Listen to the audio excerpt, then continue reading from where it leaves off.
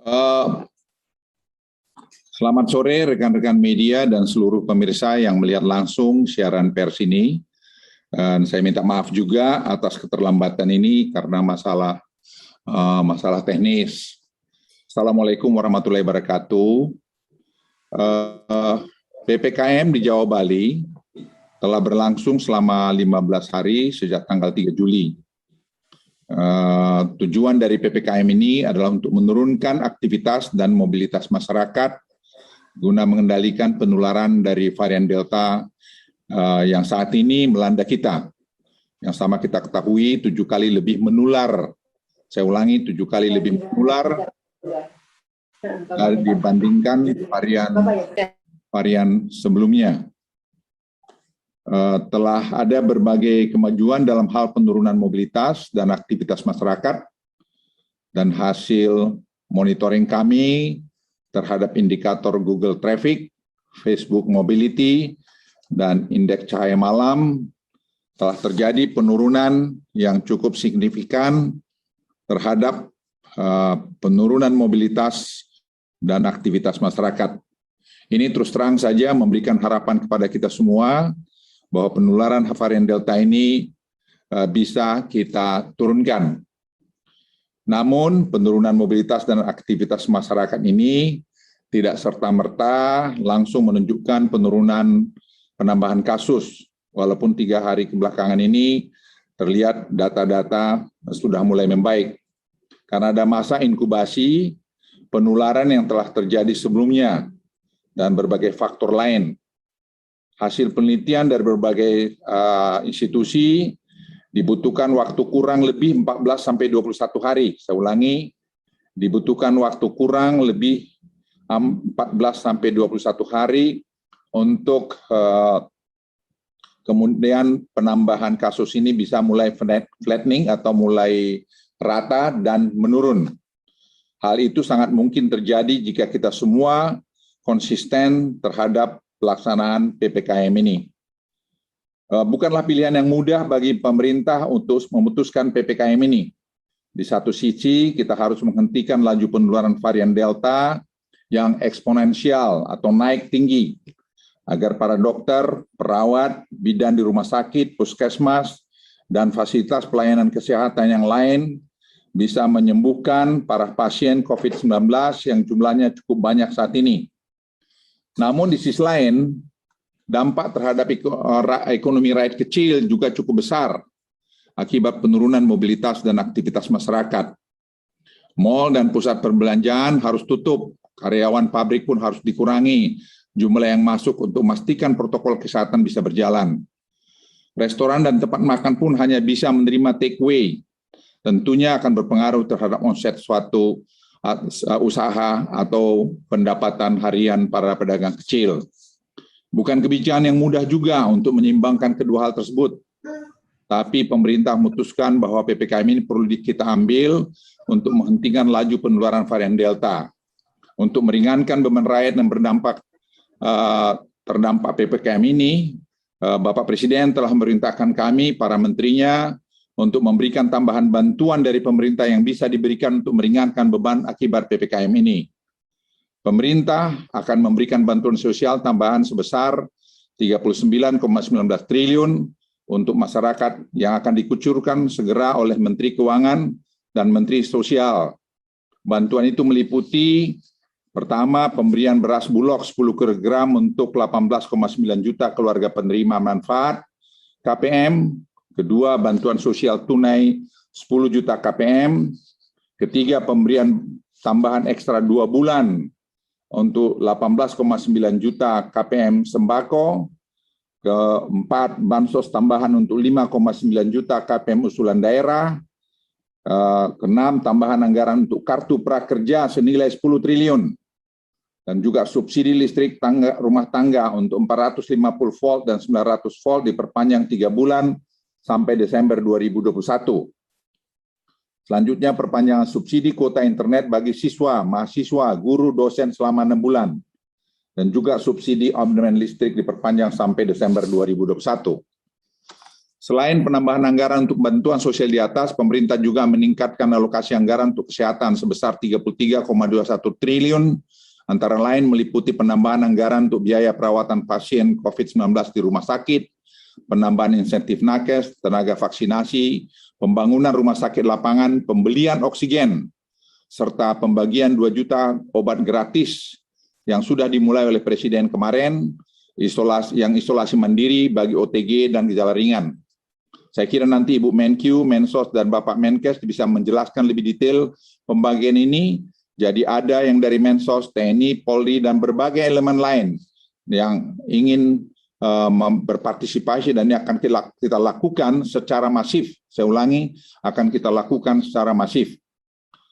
Rekan-rekan pers yang saya cintai, kita tidak bisa menyelesaikan pandemi COVID-19 ini, terutama menghadapi varian Delta ini. Saya ulangi, menghadapi varian Delta ini. Hanya dengan menambah tempat tidur rumah sakit, dokter, dan perawat.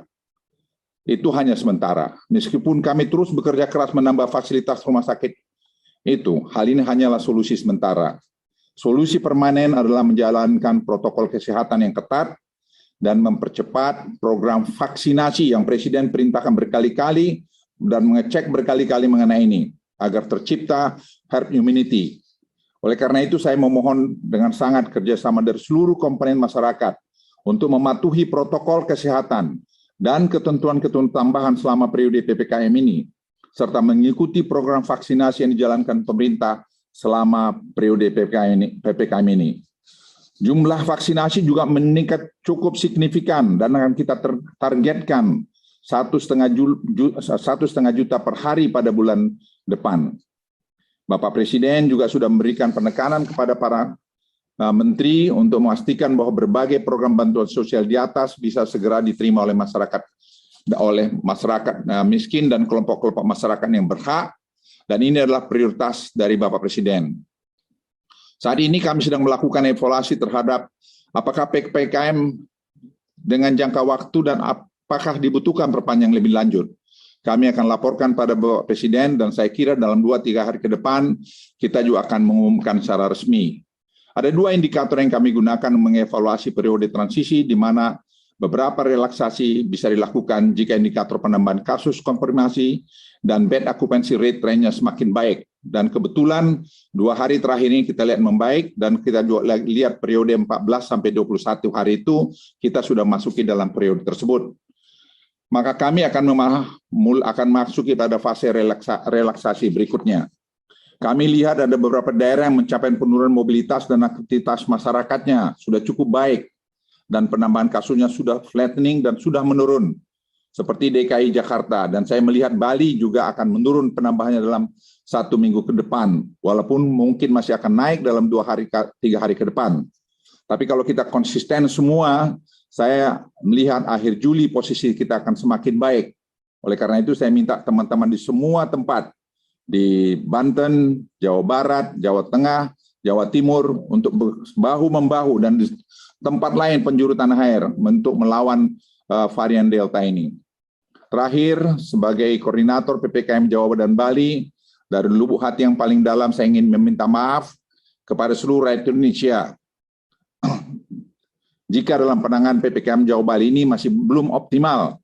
Saya bersama jajaran dan menteri kepala lembaga terkait akan terus bekerja keras untuk memastikan bahwa penyebaran varian Delta ini bisa diturunkan dan penyaluran bantuan sosial masyarakat. Silakan kepada Ibu Menteri Keuangan dan Ibu Menteri Sosial, Pak Menkes, untuk menambahkan. Terima kasih. Wassalamualaikum warahmatullahi wabarakatuh. Silakan Ibu Menteri Keuangan. Terima kasih Pak Luhut. Teman-teman media yang saya cintai, izinkan saya untuk menyampaikan dukungan dari APBN untuk meningkatkan bantuan kepada masyarakat dan usaha kecil, dan juga dari sisi penanganan pandemi COVID-19. Langsung kalau boleh ditayangkan halaman 3 slide saya. Kalau kita lihat hari ini, perlindungan sosial yang diberikan oleh pemerintah dalam program-program yang nanti mungkin disampaikan lebih lanjut oleh Menteri Sosial, terdiri dari beberapa program. Pertama, program Keluarga Harapan. Ini diberikan kepada 10 juta keluarga. Kalau rata-rata anggota keluarga adalah 4, ini berarti 40 juta. Diberikan selama 12 bulan. Dan masing-masing keluarga mungkin berbeda tergantung dari komposisi keluarganya. Apakah ada ibu yang hamil, apakah ada anak usia dini, apakah anaknya masih sekolah di SD, SMP, SMA, atau punya anggota yang lansia dan disabel. Itu semuanya akan diberikan berbeda berdasarkan satuan dari tadi kebutuhan komposisi keluarganya. Namun 10 juta keluarga yang paling vulnerable atau yang paling rentan ini diberikan dukungan langsung per alamat, per nama keluarga, kepala, dan per account number-nya. Selain itu, pemerintah memberikan kartu sembako kepada 18,8 juta keluarga, di mana yang 10 juta adalah keluarga yang PKH tadi. Jadi ini adalah 10 plus 8,8 juta. Yaitu setiap keluarga diberikan 200.000 per bulan selama 12 bulan, Januari hingga Desember. Dan selama COVID ini kita memberikan untuk 32,6 juta rumah tangga yang langganan listriknya 450 VA pada bulan Januari dan Maret yang lalu mereka diberikan 100% diskon, dan untuk April hingga September ini 50%. Ini kondisi saat ini sebelum ada tambahan. Nanti kami jelaskan tambahan-tambahan bantuan sosial. Ini untuk memudahkan nanti menjelaskan yang mana yang ditambah untuk kemudian teman-teman media bisa mengikutinya. Untuk diskon bagi rumah tangga yang 900 VA, Januari hingga Maret itu diskonnya 50% dan April hingga September 25%. Jadi program perlindungan kita saat ini hanya akan sampai September. Bansos tunai diberikan untuk 10 juta keluarga dan mereka yang bukan penerima PKH dan bukan penerima kartu sembako. Jadi ini di atas yang 18,8 juta. Diberikan lagi 10 juta keluarga ini yang bukan penerima PKH yang sebelah kiri dan bukan penerima kartu sembako. Mereka mendapatkan 300.000 per bulan selama 6 bulan. Dan datanya ada di dalam DTKS, dana terpadu untuk pemberian bantuan sosial yang dikelola oleh Ibu Menteri Sosial. Yang waktu itu dan sampai sekarang sudah dibenahi sehingga kita bisa lebih tepat sasaran. Di luar itu, pemerintah masih memberikan 8 juta keluarga yang tinggal di pedesaan untuk mendapatkan BLT melalui transfer dana desa. Nilainya 72 triliun total transfernya, yang ini untuk 8 juta keluarga berarti 28,8 triliun, masing-masing keluarga mendapatkan 300.000 per bulan, dari Januari hingga Desember. Nah, di luar bansos yang sifatnya pemberian dukungan baik secara tunai maupun dalam hal ini per keluarga maupun dalam bentuk subsidi listrik, kita masih memberikan untuk 5,6 juta orang yang mendapatkan kartu prakerja. Ini yang sudah dicairkan dan sekarang akan dicairkan. Ini nilainya 20 triliun rupiah. Yaitu setiap penerima akan mendapatkan biaya pelatihan 1 juta dan mereka mendapatkan insentif 600.000 rupiah per bulannya untuk 4 bulan. Jadi mereka total dapatnya 600 kali 4 bulan 2,4 juta. Plus kalau mereka mengisi survei, setiap kali mengisi survei mereka mendapatkan Rp50.000. Ini desainnya persis sama seperti tahun lalu dan angkanya sama 20 triliun untuk 5,6 juta.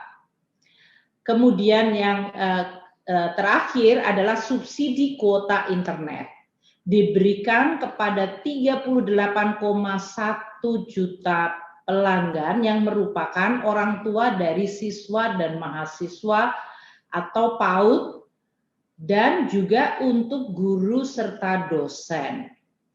Ini 38,1 juta pelanggan yang merupakan kategori pendidikan, yaitu murid, siswa, dalam hal ini baik siswa sekolah biasa maupun madrasah, PAUD, dan juga untuk mahasiswa, serta untuk tenaga pendidiknya, yaitu guru, dosen, dan guru besar, peserta tenaga pendidikan. Ini diberikan dari Januari hingga bulan Mei ini.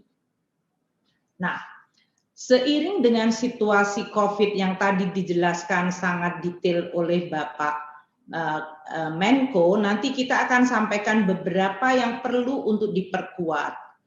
Sampai hari ini progres penyaluran bansos dan berbagai program ini adalah sebagai berikut. Halaman 4, kita lihat PKH yang untuk 10 juta keluarga ini angkanya 28,32 triliun sudah dicairkan Januari, kemudian April, jadi triwulanan waktu itu April, dan sekarang juga Juli. Jadi sudah 15,79 triliun atau 55,8%. Nanti sisanya diberikan sampai Desember.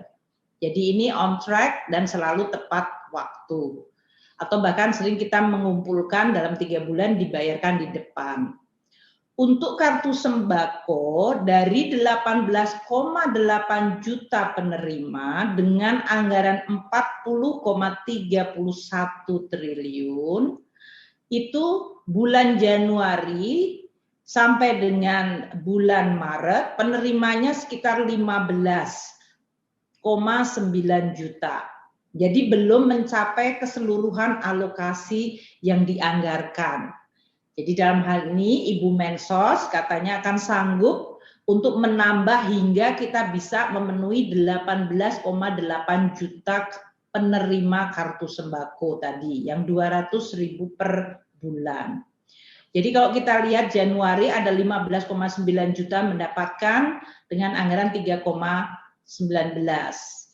dan seterusnya Februari 15,9 juga 3,18, kemudian Maret 15,5 juta agak turun dengan 3,1, April naik ke menjadi 15,16 juta 3 triliun, Mei turun ke 13,12 dan Juni juga 13,12 juta. Nah ini yang Ibu Mensos nanti akan bisa menjelaskan karena berarti kita masih punya lebih dari 5,6 juta kelompok penerima yang bisa mendapatkan kartu sembako hingga Desember nanti.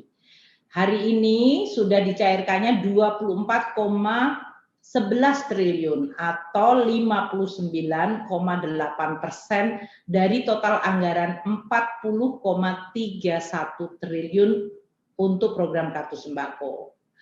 Kemudian yang BST yaitu yang 10 juta di atas PKH dan kartu sembako, di mana mereka mendapatkan 300.000 untuk 6 bulan hingga Juni ini. Penerimanya total anggarannya 18,08 triliun, penerimanya ternyata untuk Januari Februari hanya 9,6 juta. Dengan total anggaran per bulannya 2,89. Kemudian bulan Maret, Ibu sudah bisa Bu Mensos mencapai 10,13 dan 10,4. Dan nanti ini bulan Mei, Juni kita akan membayarkan untuk 10 juta. Nanti Ibu Mensos menjelaskan. Artinya untuk 6 bulan ini ada 10 juta yang bisa dibantu dengan 300.000 per bulan. Anggaran yang 18 triliun sudah dicairkan 12,31 triliun atau 68,1%. Ini nanti yang akan kita tambahkan. BLT desa yang tadi untuk 8 juta penerima, alokasi anggarannya 28,8 triliun. Dan ini realisasinya Januari baru 5 juta yang menerima. Kemudian dengan anggaran 1,5 triliun. Februari 4,42 juta dengan anggaran 1,3 triliun. Maret turun lagi menjadi hanya 3,8 juta dengan anggaran 1,07 triliun. April naik sedikit 2,7 juta, anggarannya bahkan hanya 800 miliar. Mei turun lagi ke 1,8 juta, 0,56 triliun, dan Juni 750.000 bahkan dengan anggaran yang keluar hanya 220 miliar. Artinya dari 28,8 triliun BLT desa ini yang terrealisir masih sangat kecil, 5,6 triliun. Ini yang kami dengan Kementerian Desa akan terus mendorong. Tadi yang dikatakan oleh Pak Luhut, kalau sampai ini tidak ada pergerakan, kita juga akan bisa melakukan langkah-langkah intercept, cari nama dan akunnya di masing-masing desa untuk bisa mendapat bantuan dari pemerintah. Nah, sekarang kami akan menjelaskan tambahan bansos dari pelaksanaan dan desain program ini, apa tambahan bansos yang diberikan oleh pemerintah. Untuk PKH saat ini dari angkanya halaman 5, untuk PKH 28,31 triliun, kita tidak mengubah dari sisi jumlah yang mereka terima. Jadi tergantung tadi komposisi keluarganya. Kalau di keluarga itu ada ibu hamil, maka dia akan dapat 3 juta per tahun atau 750.000 per triwulan. Kalau mereka keluarga punya balita, mereka dapat 3 juta per tahun atau 750.000 per triwulan. Kalau dia punya anak yang SD, dia dapat 900.000 atau 125.000 per triwulan. Kalau anaknya SMP, dia dapat 1,5 juta untuk tambahan biaya sekolah atau keperluan sekolah. Dan seterusnya. Kalau anak SMA dia dapat 2 juta, kalau ada keluarga yang disable dapat 2,4 juta, dan kalau ada anggota keluarga lansia dia dapat 2,4 juta. Jadi untuk 10 juta keluarga ini, kalau rata-rata anggota keluarganya 4 dalam satu keluarga, ini mendapatkan 28,31 triliun dalam 1 tahun, 12 bulan, jadi kira-kira mungkin penerima manfaatnya 40 juta. Kemudian kartu sembako yang tadi sudah saya sampaikan 18,8 juta, atau kalau rata-ratanya tadi 4 orang berarti 75,2 juta orang penerima dalam kartu sembako keluarga mendapatkan 42,37 untuk 12 bulan, di mana masing-masing dapatnya 200.000 per bulan. Nah, untuk kondisi pandemi ini kita akan menambah. Jadi dari anggaran 42,37 untuk kartu sembako akan ditambahkan 2 bulan ekstra di bulan Juli Agustus ini. Sehingga mereka akan dapat 200 plus 200, 400.000 bagi keluarga pemegang kartu sembako. Anggarannya disediakan 7,52 triliun. Jadi untuk ini 18,8 juta keluarga yang pemegang kartu sembako akan dialokasikan dalam 1 tahun ini menjadi 49,89 triliun. Tadi jadi mereka mendapatkan untuk tahun 2021 14 bulan pembayaran. Ini nanti yang berarti Ibu Mensos tadi karena realisasi kartu sembakonya masih jauh di bawah 18 juta, jadi Ibu Mensos mendapatkan tambahan selain tadi jumlahnya masih kurang dari 18 juta, ditambah dengan 7,52 triliun untuk 2 bulan ekstra bagi keluarga pemegang kartu sembako. Kemudian kita juga memberikan bantuan beras Bulog kepada 28,8 juta keluarga, yaitu tadi yang keluarga kartu sembako 18,8 plus yang penerima bansos tunai 10 juta keluarga, yaitu yang tadi mendapatkan 6 bulan masing-masing 300.000 per kelompok penerima. 10 kg per keluarga ini akan diberikan beras yang berasal dari Bulog, berarti dengan anggaran yang kita sediakan sebesar 3,58 triliun. Ini yang sekitar tadi lebih dari hampir 250.000 ton yang nanti akan dikeluarkan dari gudang Bulog yang akan dibagikan kepada seluruh keluarga PKH, BST, dan sembako, ini penerima kartu sembako. Nah, Menteri Sosial juga menerima permintaan dari daerah 5,9 juta keluarga yang diharapkan mendapatkan bantuan dari pemerintah. Jadi kita telah memutuskan bahwa keluarga ini akan diberikan sama seperti keluarga penerima kartu sembako. Jadi kita menambahkan 5,9 juta KPM. Jadi tadi Ibu Mensos nanti bekerja sangat keras untuk tadi 18,8 juta keluarga penerima sembako yang akan mendapatkan tambahan 2 bulan plus dapat beras 10 kilo, dan Ibu Mensos masih akan lagi punya calon penerima 5,9 juta kelompok penerima yang merupakan usulan daerah yang sekarang ini belum memiliki kartu, bukan penerima kartu sembako dan di luar penerima bansos tunai. Mereka akan mendapatkan 6 bulan masing-masing 200.000 per bulannya, sehingga anggarannya adalah 7,08 triliun. Ini nanti mengenai teknisnya dengan Himbara dan POS itu Ibu Mensos yang akan menjelaskan. Kami akan menambah dan memperpanjang tadi diskon listrik yang harusnya selesai bulan September untuk 32,6 juta pelanggan tadi, yang 450 dan 900 VA, kita akan perpanjang hingga bulan Desember, jadi seluruh tahun, dengan tadi diskon 50% dan 25% untuk yang 450 dan 900 VA.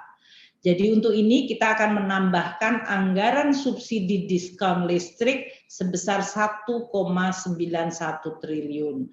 Sehingga alokasi untuk program diskon listrik yang tadinya 7,58 triliun akan naik menjadi 9,49 triliun.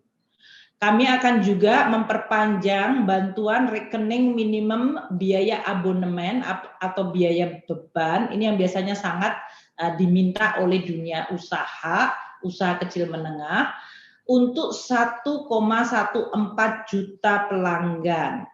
Yang selama ini kita alokasikan dan akan selesai pada bulan September, kita juga akan perpanjang sepanjang tahun sampai dengan Desember. Sehingga akan ada tambahan 420 miliar dari anggaran yang tadinya 1,69 triliun. Dalam hal ini total anggaran untuk bantuan rekening minimum atau biaya abonemen ini menjadi 2,11 triliun.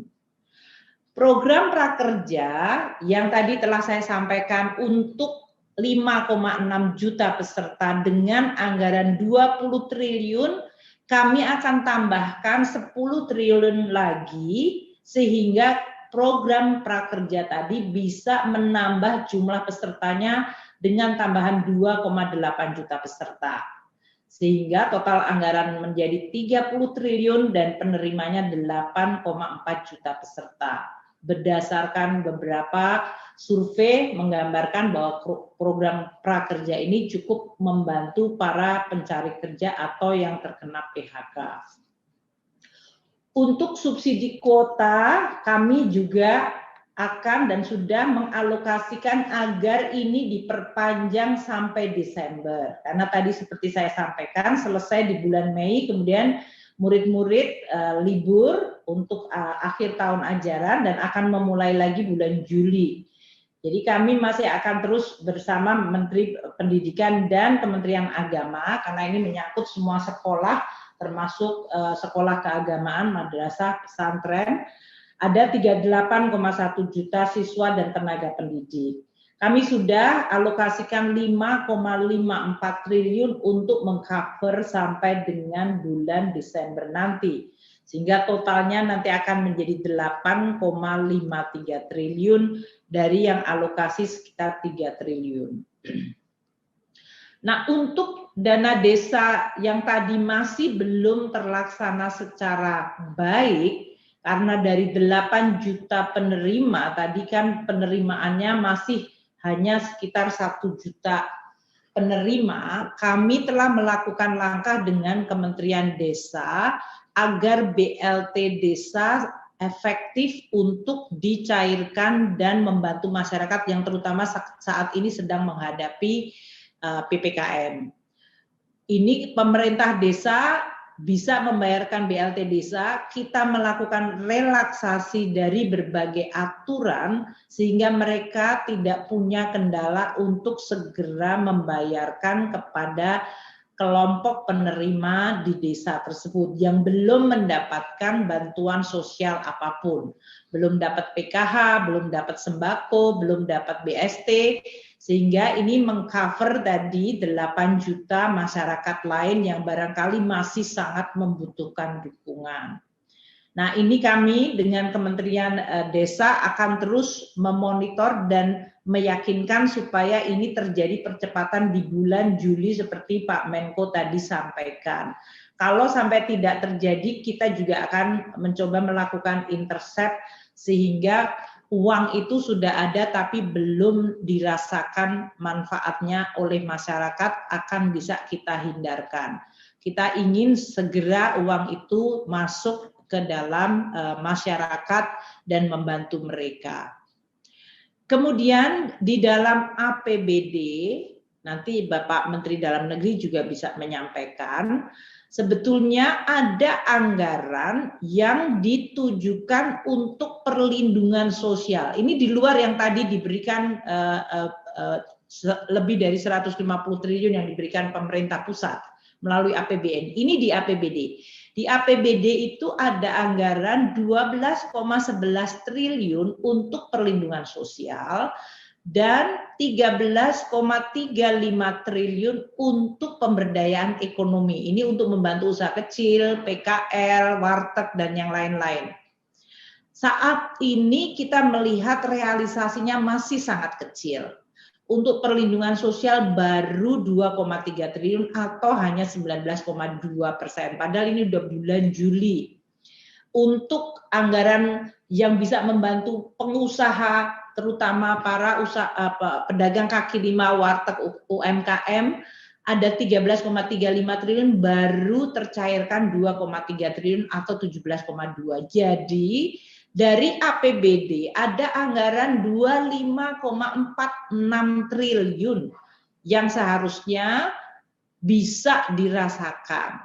Kita mengidentifikasikan untuk bantuan sosial harusnya 6,9 triliun. Untuk memberikan makanan tambahan dan perlindungan sosial di daerah ada 5,2 triliun.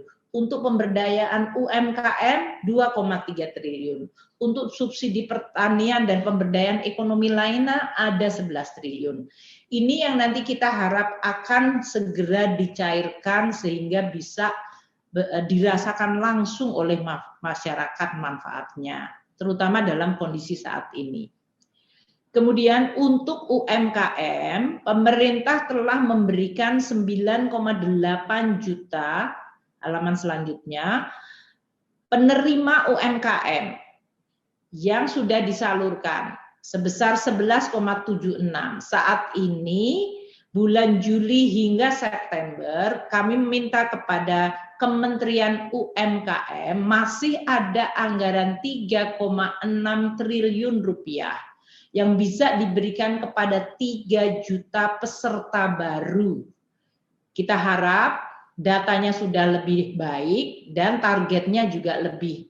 Jadi ini menambah apa yang tadi akan diberikan oleh pemerintah daerah. Ada 3 juta peserta baru yang akan mendapatkan bantuan sebesar 1,2 juta. Ini bantuan cash kepada usaha kecil yang biasanya sangat berguna untuk membeli modal kerja, memberi bahan-bahan untuk jualan dan yang lain-lain. Jadi target totalnya 12,8 juta usaha mikro dengan total anggaran 15,36. Kita berharap 3,6 ini bisa betul-betul tersalurkan terutama pada saat kita menghadapi PPKM yang tadi disampaikan oleh Pak Menko dalam kondisi di mana kita harus mencoba mencegah penularan COVID. Sekarang saya masuk kepada kesehatan. Karena adanya kenaikan jumlah pasien, jumlah positif COVID, kita akan menambah anggaran bidang kesehatan lagi. Untuk klaim perawatan pasien, dengan jumlah tadi bed occupancy-nya udah naik, berarti jumlah pasien meningkat. Saat ini anggarannya sudah ada 40 triliun. Ini termasuk yang tagihan tahun 2020. Kami akan menambahkan 25,87 triliun lagi di dalam rangka untuk mengantisipasi biaya perawatan pasien dan isolasi mandiri. Jadi total untuk perawatan pasien COVID dan isolasi mandiri akan mencapai 65,9 triliun. Ini perawatan, bukan vaksin. Vaksin sendiri lagi nanti ada 54 triliun.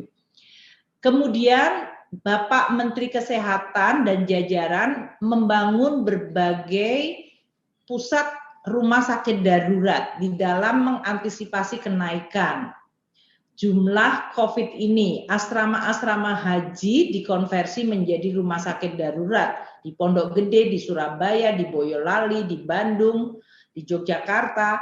Itu membutuhkan 2,75 triliun untuk mengkonversi mereka, untuk melengkapinya. Kemudian untuk belum masih kiri lagi. Insentif nakes diberikan tambahan karena rumah sakit darurat membutuhkan tenaga dokter dan tenaga kesehatan. Akan direkrut 3.000 dokter baru dan 20.000 perawat, di mana insentifnya harus disediakan. Maka kami menambahkan 1,08 triliun di atas 17,3 triliun bagi insentif tenaga kesehatan, baik yang di pusat maupun di daerah. Jadi totalnya 18,4 triliun dari tadinya 17,3 triliun. Nanti percepatan untuk pencairan Bapak Menkes yang bisa menjelaskan, tapi kita sudah menyediakan anggarannya. Dan sekarang juga akan dibagikan obat-obat bagi para yang terkena COVID positif tapi melakukan isolasi mandiri, diberikan paket obat isoman, isolasi mandiri, disediakan 2 juta paket. Ini terutama untuk menghindari banyak keluhan bahwa obat-obat hilang di pasaran. Kita mengalokasikan 1,17 triliun. Yang tadinya 770 miliar kita tambah 400 miliar sehingga akan mencapai 1,17 triliun. Ini paket obat yang untuk isoman. Beda dengan kalau di perawatan di rumah sakit yang masuk di dalam 65,9 triliun sebelah kiri. Nah, Presiden seperti tadi dikatakan oleh Pak Luhut, diminta kepada TNI Polri dan Bidan BKKBN untuk membantu pelaksanaan vaksinasi sehingga bisa terkejar 1, 2, atau bahkan 3 juta per harinya. Target yang diberikan untuk Polri 30 juta orang yang divaksin, dan yang bidan 37 juta orang yang divaksin, TNI Polri.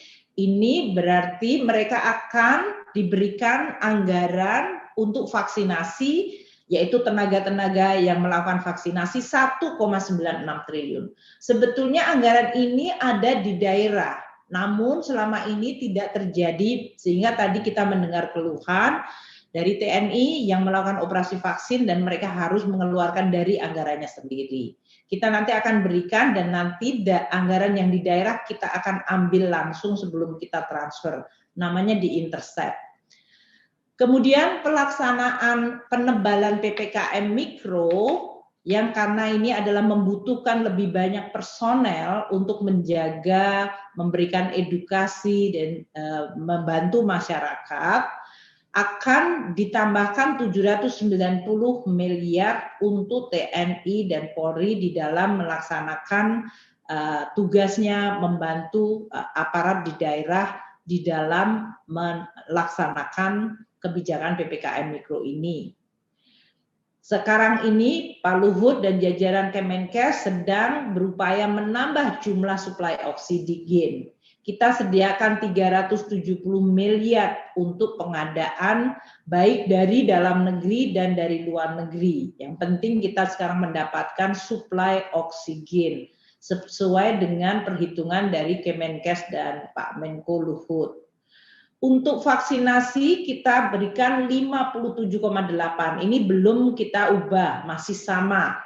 Untuk pengadaannya ada 47,6 triliun dan untuk pelaksanaan vaksinasi di daerah 6,5 triliun. Yang ini sebetulnya masuk di APBD. Ini nanti yang akan kita intercept untuk bisa kita alihkan ke TNI Polri dan kepada BKKBN yang bidan-bidannya akan melakukan vaksinasi. Dimobilisir untuk menjalankan vaksinasi mencapai target tadi di atas 2 juta per hari. Tentu dari insentif perpajakan seperti tadi kalau import barang-barang seperti alat kesehatan oksigen maupun dari sisi obat-obatan mereka mendapatkan insentif perpajakan yaitu tidak dipungut bea masuk maupun pajak PPN. Dan ini nilainya mencapai 20,85 fasilitas yang diberikan untuk alat-alat kesehatan dan medikal. Dan untuk penanganan lainnya, seperti untuk testing, tracing, gugus tugas, dan penanganan kesehatan di daerah, masih ada anggaran 45,93 triliun. Jadi total anggaran untuk kesehatan akan mencapai 214,95 triliun. Saya akan sampaikan halaman 15, perubahannya dengan menyikapi perkembangan COVID. Kita lihat perlindungan sosial akan naik dari 153,8 triliun menjadi 187,84 triliun. Tadi yang untuk berbagai tambahan bagi bantuan sosial. Kesehatan yang kemarin sudah naik dari 172 triliun ke 193,93 triliun, sekarang akan naik lagi menjadi 214,95 triliun. Yang lain masih relatif sama. Untuk dukungan UMKM, untuk insentif usaha 62,8, UMKM sedikit turun karena lebih pada kredit untuk penjaminan kredit modal kerja, tapi bukan tadi yang pemberian bantuan tunai. Dan program prioritas lainnya masih tetap di 117,9 triliun. Jadi dana PEN dan penanganan COVID naik dari 699,43 triliun menjadi 744,75 triliun. Kalau kita lihat tabel terakhir halaman 16, ini kita lihat yang 5 Juli waktu itu telah disampaikan di sidang kabinet dan sudah juga saya sampaikan di dalam rapat dengan DPR untuk laporan semester, angka masih di 699,43 untuk program penanganan COVID dan pemulihan ekonomi. Sekarang dengan keputusan yang tadi telah disetujui oleh Bapak Presiden akan naik menjadi 744,75 triliun. Kesehatan naik lagi dari 193 menjadi 214,9. Perlinsos naik dari 153,86 ke 187,84. Program prioritas masih sama, insentif usaha masih sama, yang dukungan UMKM korporasi menurun sekitar 10 triliun. Jadi total akan perlu tambahan 55,2 triliun. Kami akan melakukan refocusing lagi untuk terus meneliti dan menyisir anggaran-anggaran baik di kementerian lembaga maupun daerah supaya semuanya ditujukan prioritasnya sekarang adalah membantu rakyat menangani COVID dan untuk membantu agar dunia usaha bisa pulih kembali. Demikian Bapak Menko yang kami bisa sampaikan. Mohon maaf agak panjang. Kami kembalikan ke Pak Luhut.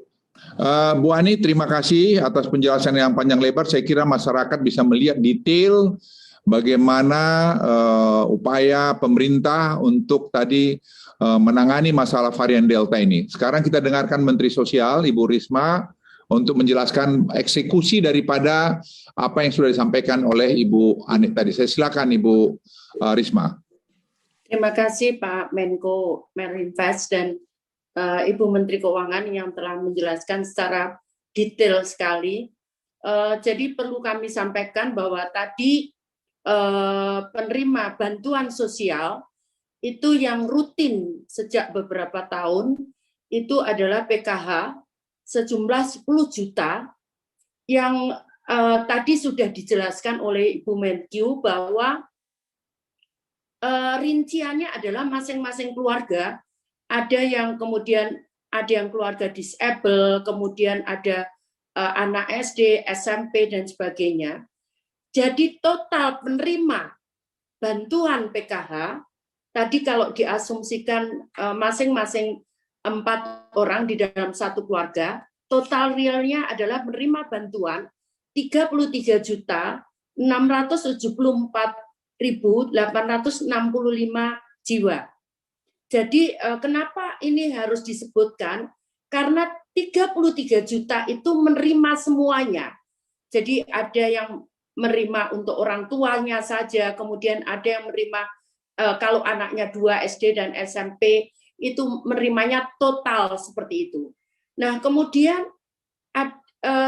terdapat pula bantuan juga yang sudah bertahun-tahun itu adalah 18,8 juta penerima kartu sembako.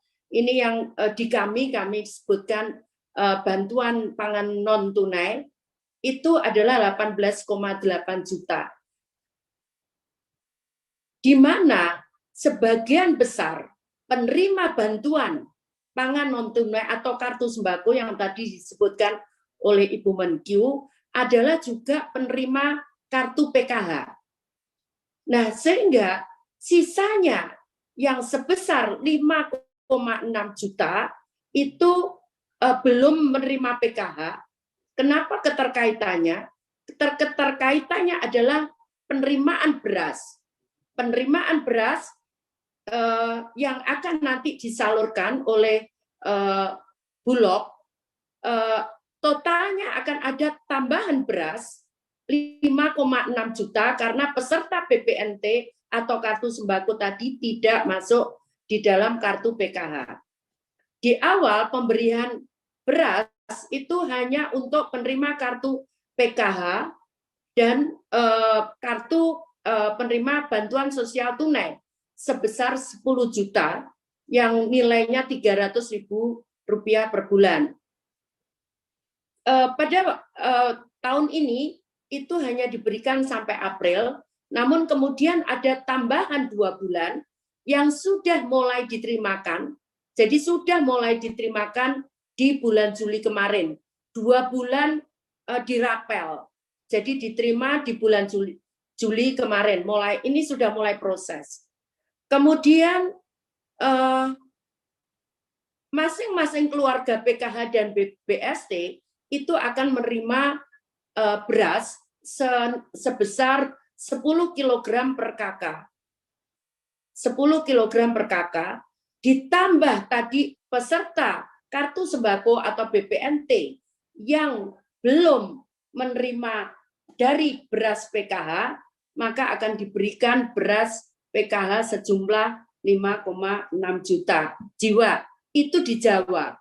Kalau totalnya dengan di Indonesia 8,8 juta. Kemudian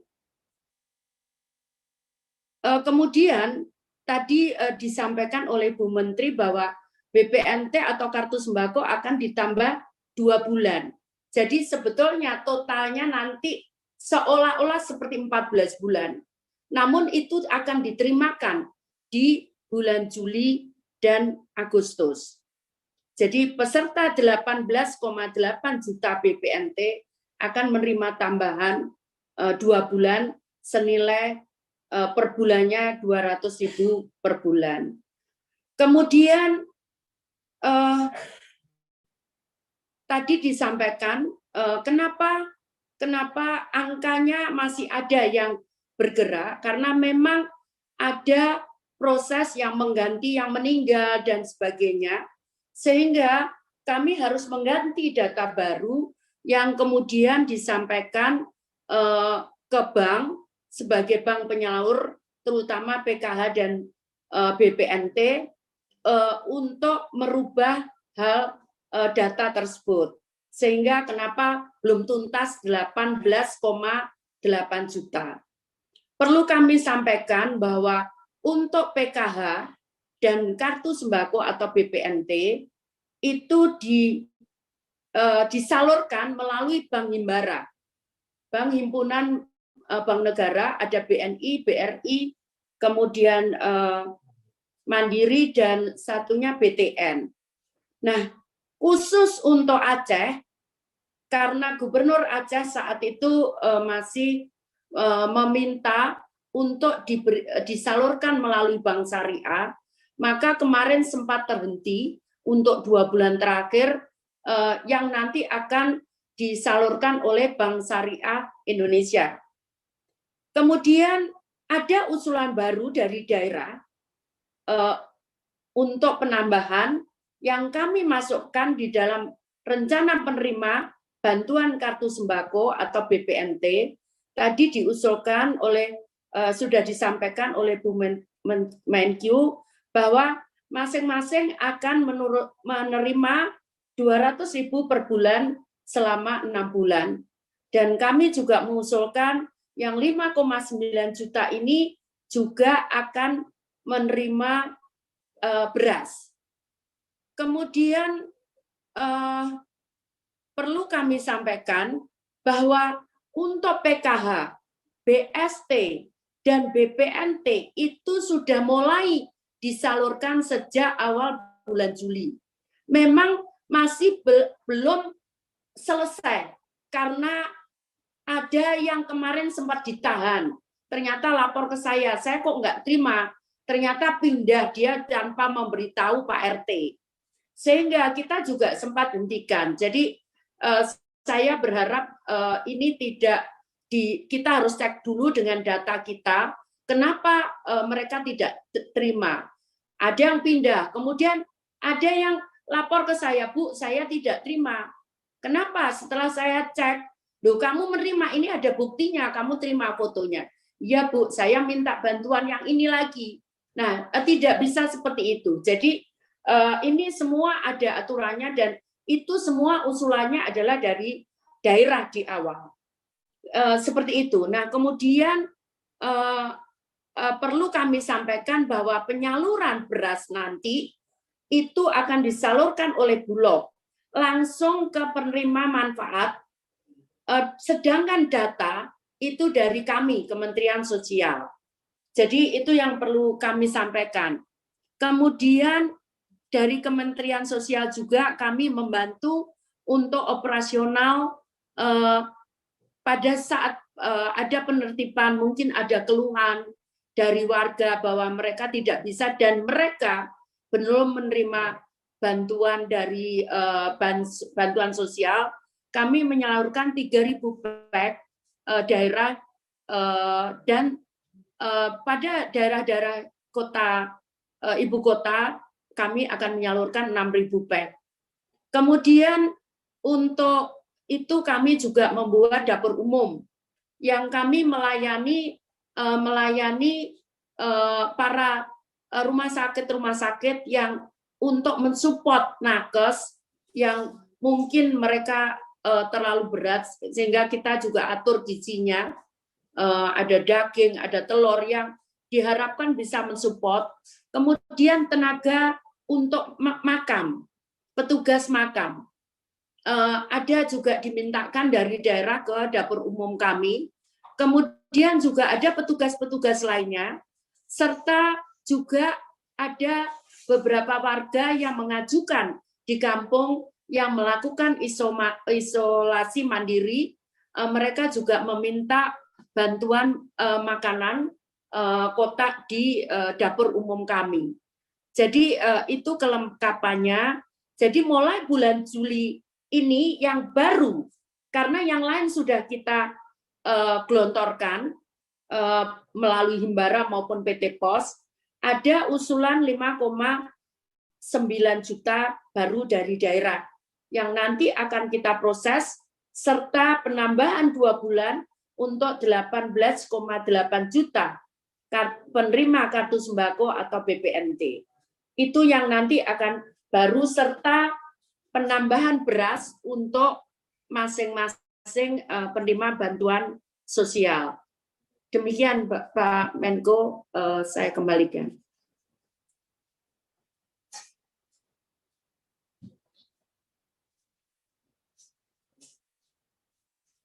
Terima kasih Bu Menteri Sosial. Saya persilakan Pak Anu Dante, nanti Pak Mendagri sebagai penutup, sebagai gong. Silakan Pak Dante. Terima kasih Pak Menko. Yang terhormat Ibu Menteri dan Bapak Menteri serta teman-teman media sekalian, bahwa ada kabar baik tentang belakangan ini bahwa bor rumah sakit sudah mulai flat di Jakarta. Ini mungkin akibat penambahan dari tempat tidur yang cukup signifikan dan angka yang masuk ke rumah sakit mudah-mudahan kita harapkan untuk beberapa hari ke depan tidak terlalu masif lagi. Ada penambahan tempat tidur, kira-kira 1.000 tempat tidur di Wisma Haji. Ini adalah 900 tempat tidur isolasi dan 100 tempat tidur isolasi. Ini bekerja sama antara Kementerian Kesehatan, Kementerian Agama, kemudian juga dengan BUMN. Kami juga akan menambahkan 300 tempat tidur di Rumah Sakit Cipto Mangunkusumo dan sekitar 300-400 tempat tidur lagi di beberapa rumah sakit di Jakarta, sehingga total hampir terdapat penambahan 2.000 tempat tidur di seluruh Jakarta. Ini bekerja sama dengan Kementerian PUPR membangun rumah sakit lapangan juga di beberapa tempat di Bandung dan di Jawa Tengah. Mengenai oksigen, bahwa kita tahu kebutuhan oksigen harian sebelumnya mencapai sekitar 400 ton per hari. Dengan adanya peningkatan secara eksponensial pada kasus-kasus COVID belakangan ini, maka kebutuhan oksigennya menjadi 5 kali lipat. Tentu ini harus kita antisipasi dengan berbagai macam hal. Dengan bekerja sama dengan Kementerian Perindustrian, kami sudah melakukan rekonversi dari penggunaan industri yang tadinya besar menjadi sekitar 90% digunakan untuk kebutuhan oksigen medis. Sehingga sekarang hanya tinggal 10% lagi kebutuhan yang digunakan untuk kebutuhan industri.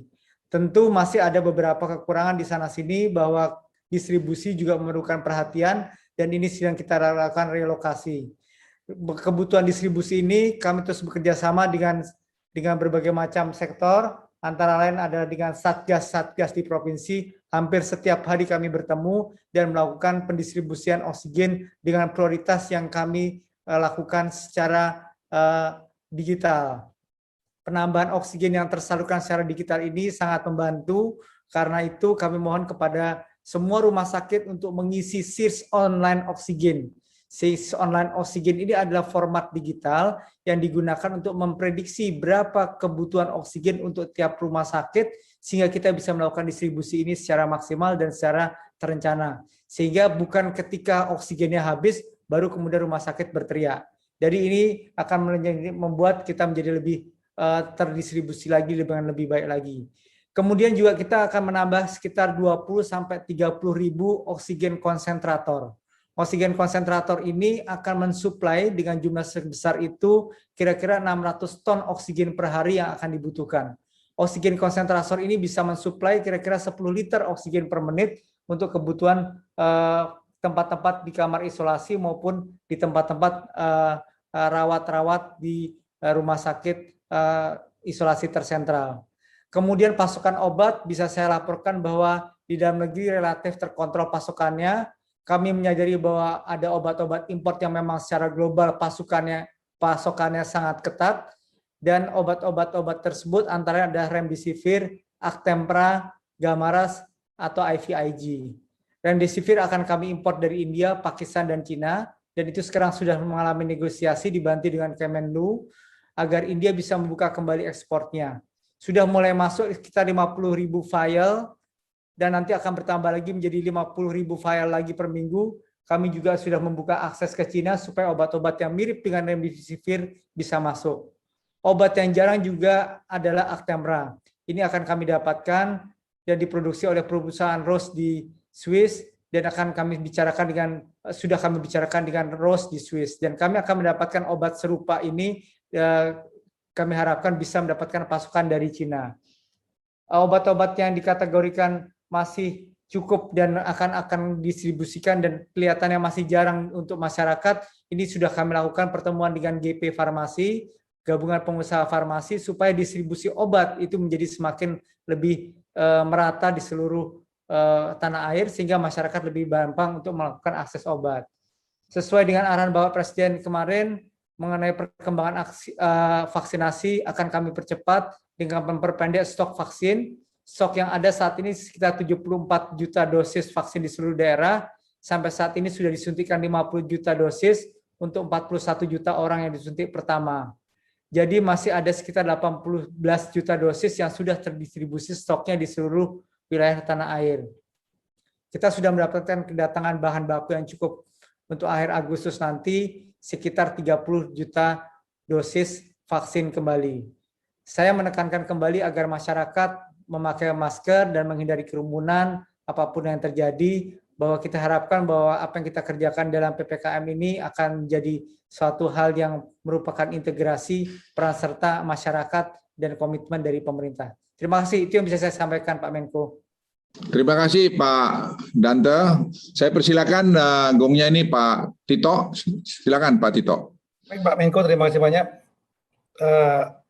Bapak Ibu Menteri, kemudian rekan-rekan media sekalian,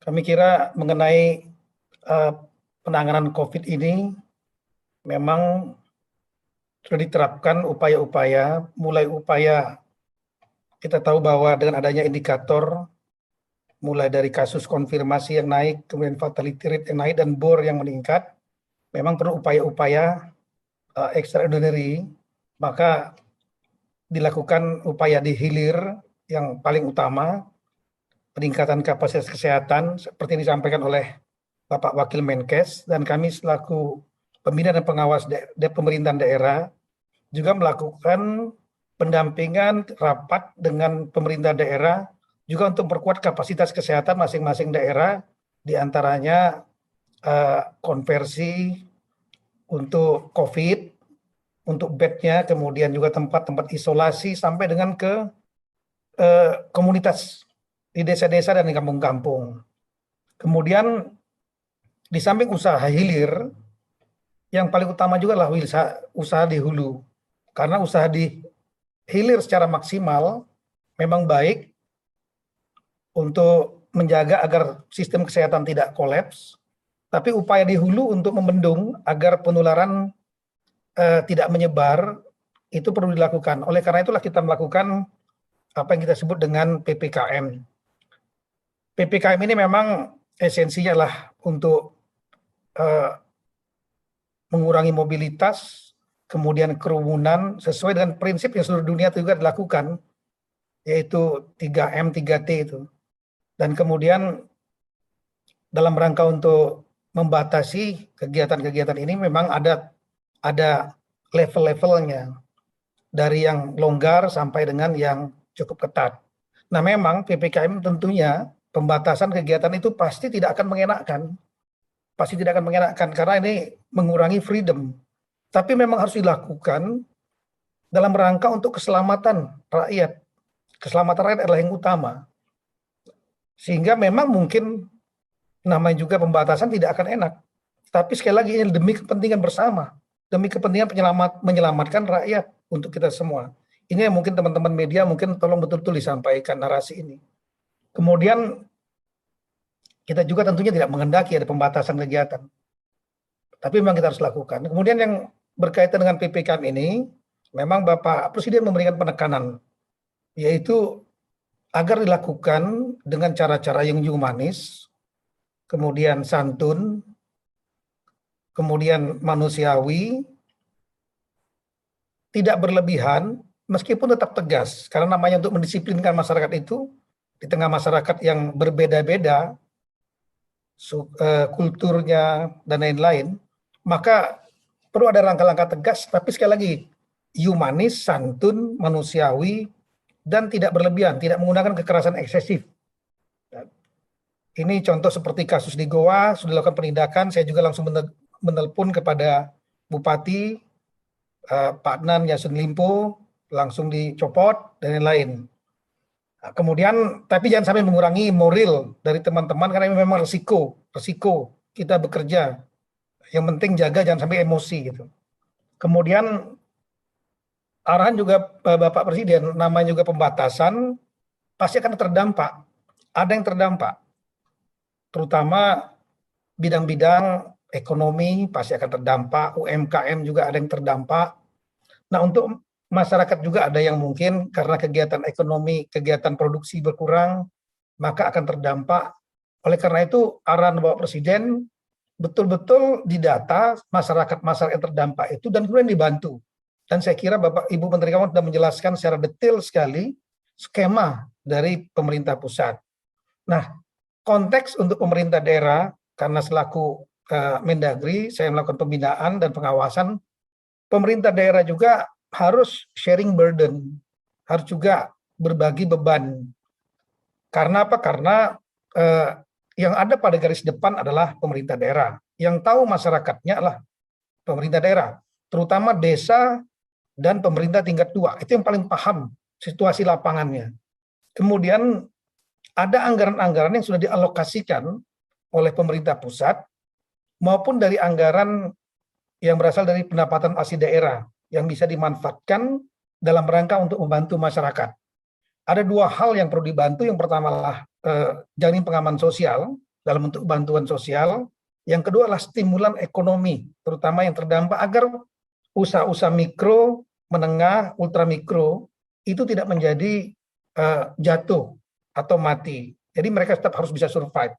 Ini sebetulnya di awal-awal pandemi juga kita sudah melakukan itu. Nah, kemudian berkaitan dengan bansos ini, daerah ini memiliki anggaran. Ada anggaran reguler yang ada di dalam dinas sosial masing-masing.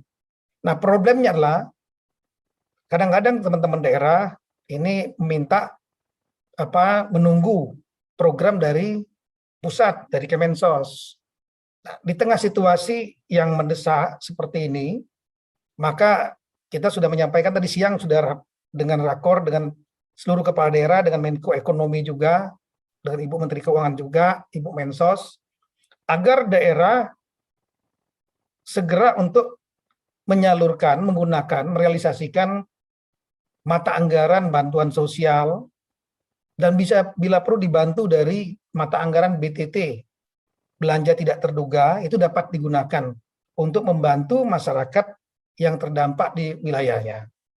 Kemudian dana desa yang 8% itu juga dapat digunakan untuk membantu masyarakat di desa masing-masing yang kesulitan atau terdampak akibat PPKM.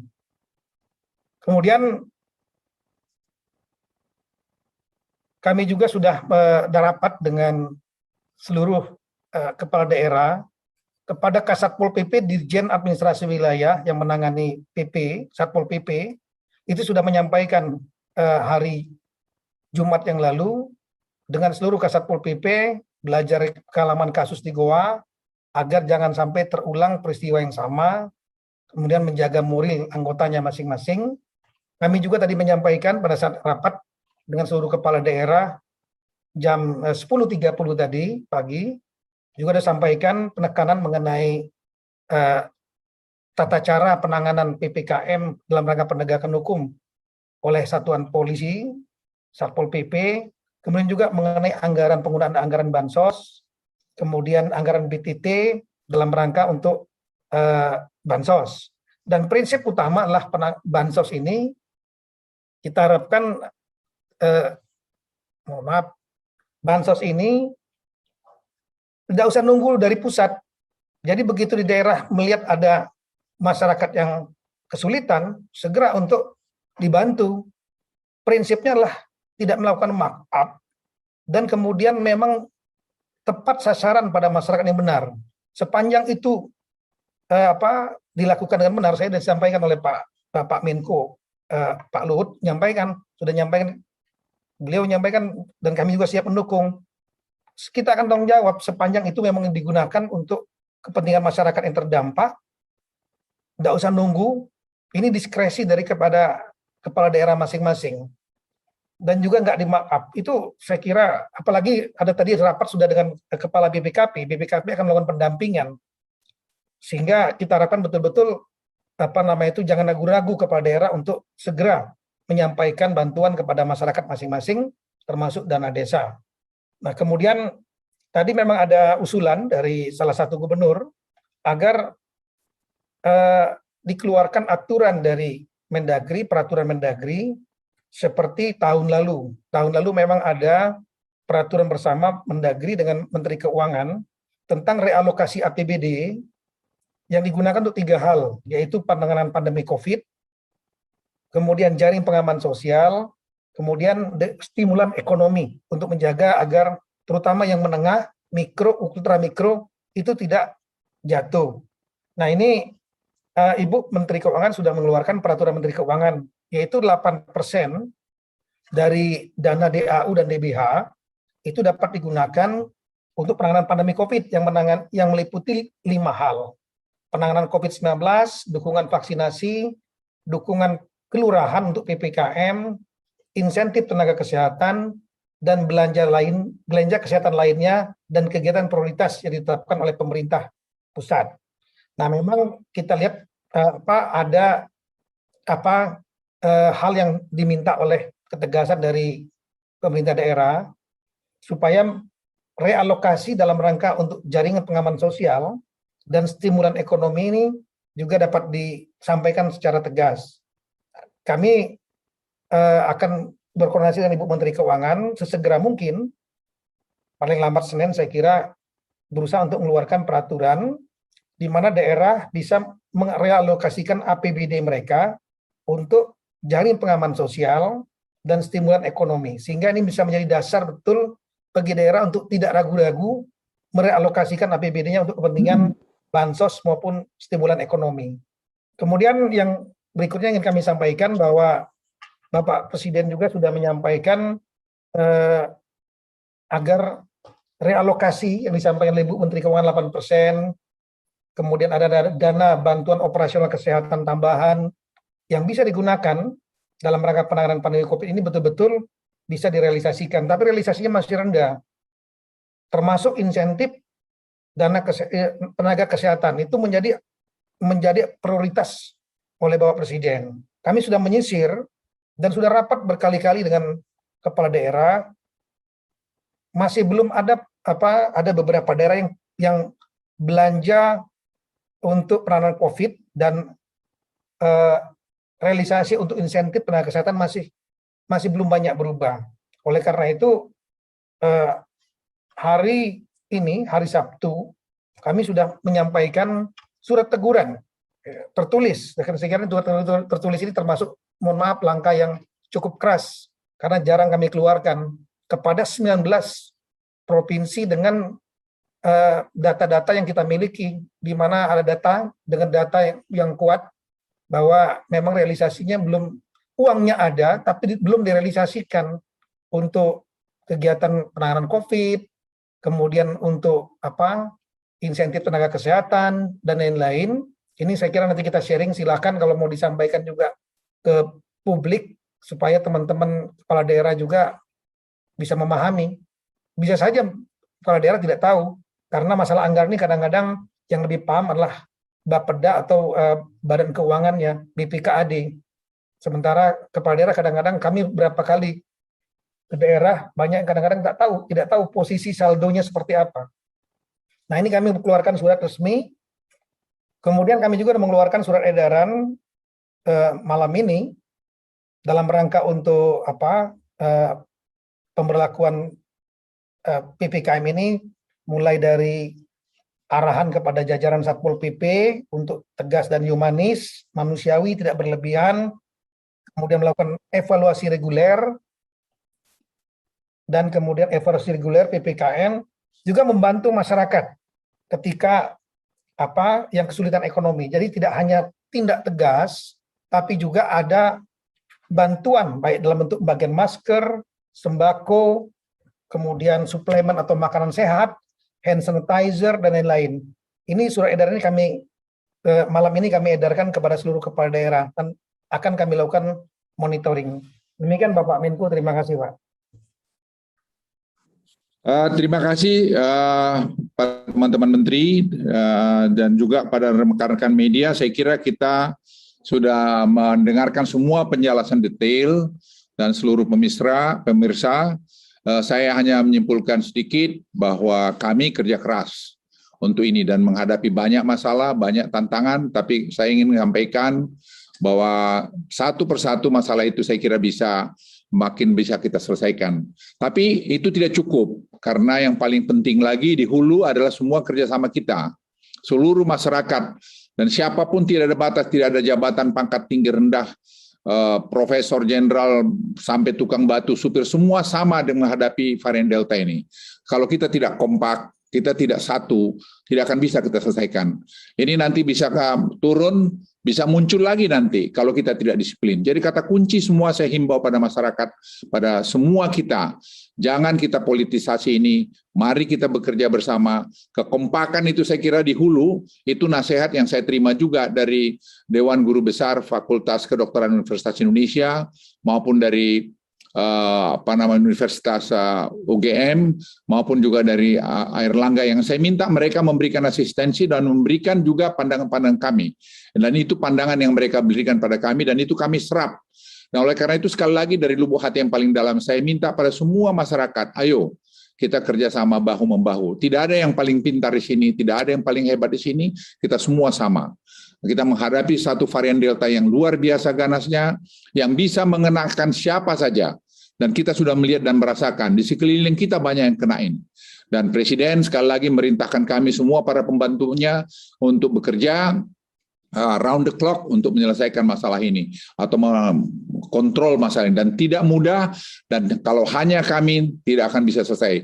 Kita bersama, kita akan bisa menghadapi masalah ini. Sekian, terima kasih. Bangun Indonesia yang kuat. Indonesia untuk kita, dan semua Indonesia, semua kita. Terima kasih.